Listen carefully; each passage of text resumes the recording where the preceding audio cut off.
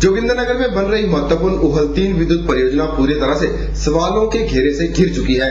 उहल 3 में खर्च होने वाला पैसा अनुमानित लागत से कहीं ऊपर जा चुका है और साथ ही इसमें हो रही धांधलियों को भी जनता ने आरटीआई के माध्यम से हासिल कर लिया है।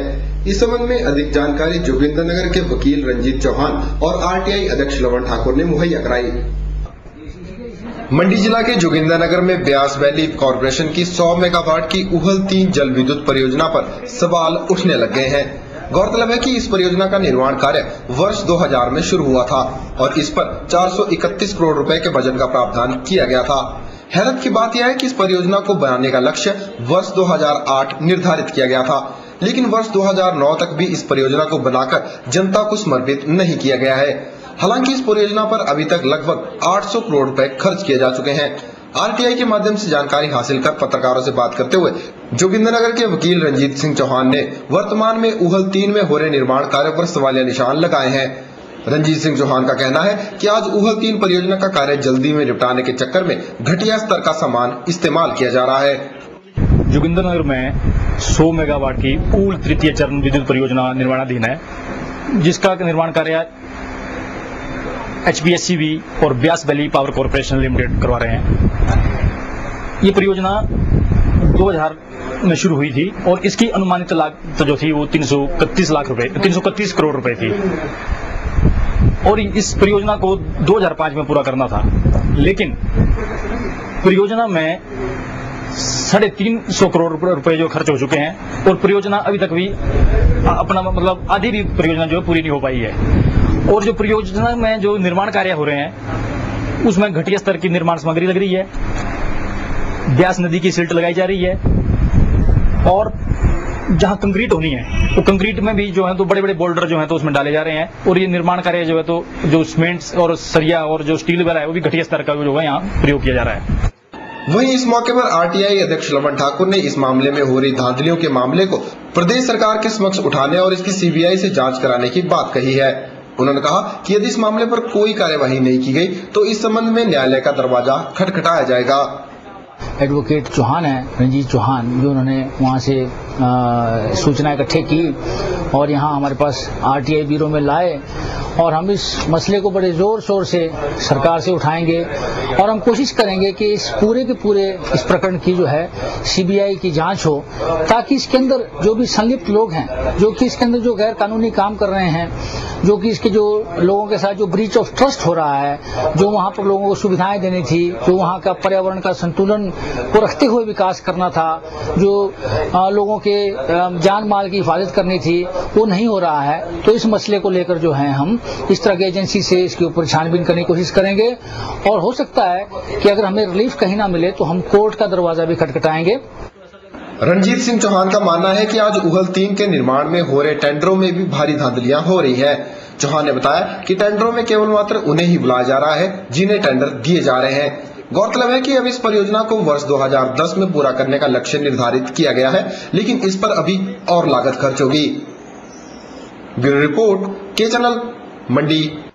1150 रुपए के पीछे दो गुटों में इस कदर कहासुनी हुई कि कहासुनी कब खूनी संघर्ष में तब्दील हो गई पता ही नहीं चला। दोनों ही दल खुद को सही करार दे रहे हैं, लेकिन सच कौन बोल रहा है और झूठ कौन, इसका पता लगाने में जुट गई है पुलिस। मंडी जिला के पंडोक क्षेत्र में दो गुटों के बीच जरा सी कहासुनी ने ऐसा मोड़ लिया कि यह झगड़ा कब खूनी संघर्ष में तब्दील हो गया पता ही नहीं चला। बात पंडोक के जरल कॉलोनी की है, जहां दो गुटों में पैसों के लेन देन को लेकर झगड़ा हो गया।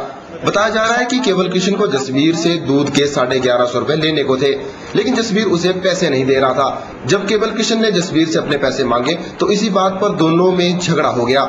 ये झगड़ा इतना बढ़ गया कि इस झगड़े में लगभग 7 लोग जख्मी हुए हैं। मेरे से वो दूध लेता था, मैं उसको 20 लीटर 10-12 लीटर जितनी भी डिमांड होती वैसा दूध देता था मैं उसको। तो उसका पैसा जब मेरे पास दूध का पीछे गुंजाइश नहीं रही तो मैंने दूध बंद कर दिया। जब बंद कर दिया तो 12-13 दिन का दूध का जो पैसा था, इसने बोला कि ये पैसा तेरा खत्म हो गया, नहीं मिलेगा बोला। इस वजह से वो झगड़ा हुआ।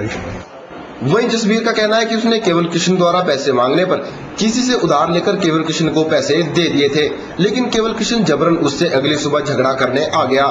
केवल कृष्ण का कहना है कि उसने पहले उसके परिवार वालों के साथ भी मारपीट की है।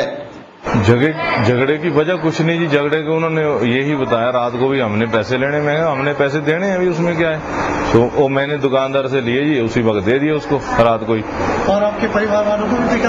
हाँ, सुबह उन्होंने परिवार वालों के साथ झगड़ा किया, पहले आके केवल ने अकेले ने, फिर बोला मैं अभी गाड़ियां भर के लाता हूँ, फिर वो गाड़ियां भर के ले आए जी, 4-5 गाड़ियां ले आए भर के, फिर उन्होंने सारे ने मतलब सबको पीटा जी, और इतना तक थ्रेटिंग दे रहे, बोले हम मार देंगे, बोले जी जान से मार देंगे सबको, बोले ये तो दिन है, बोले अगर रात होती तो हम सबको मार देते, बोले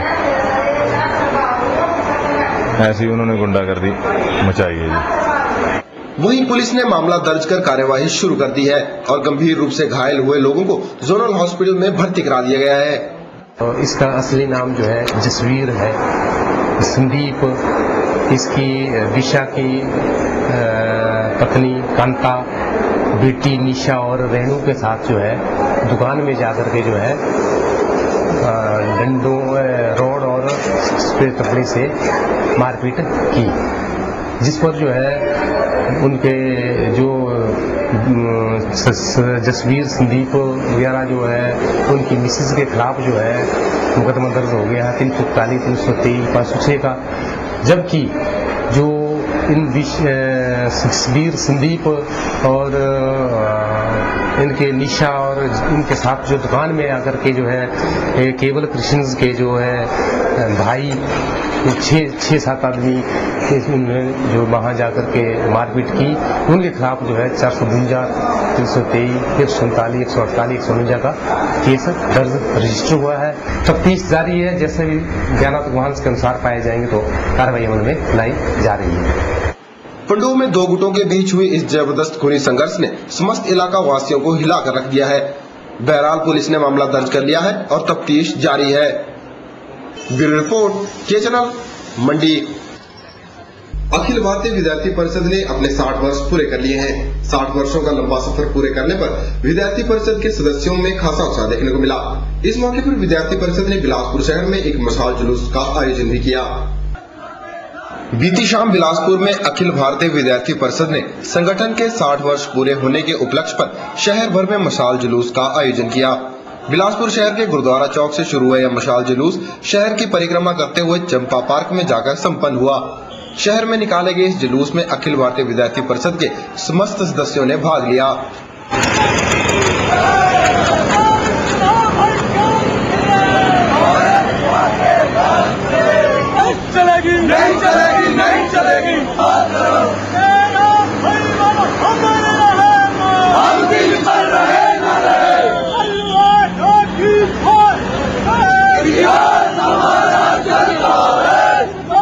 जुलूस संबंधी जानकारी देते हुए अखिल भारतीय विद्यार्थी परिषद के संगठन मंत्री सतपाल ने बताया कि विद्यार्थी परिषद ने अपने कार्यकाल के 60 वर्ष पूरे करने की खुशी में मशाल जुलूस का आयोजन किया है।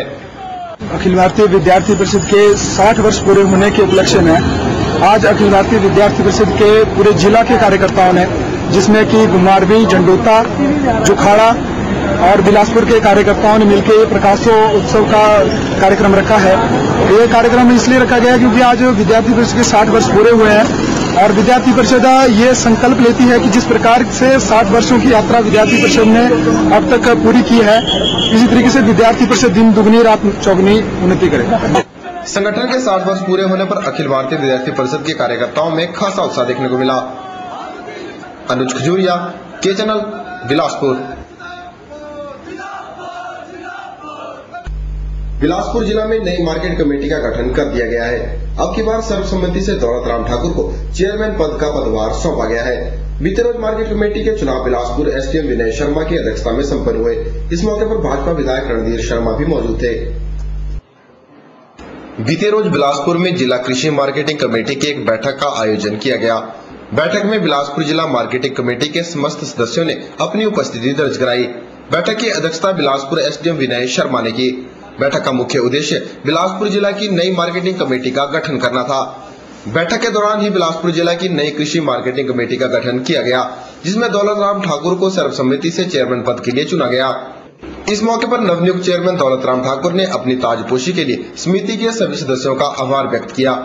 इस मौके पर नैना देवी विधायक रणधीर शर्मा सहित अन्य भाजपा नेता भी मौजूद थे। अनुज खजूरिया, के चैनल, बिलासपुर। एक नजर कार्यक्रम के इस अंक में फिलहाल इतना ही। नमस्कार।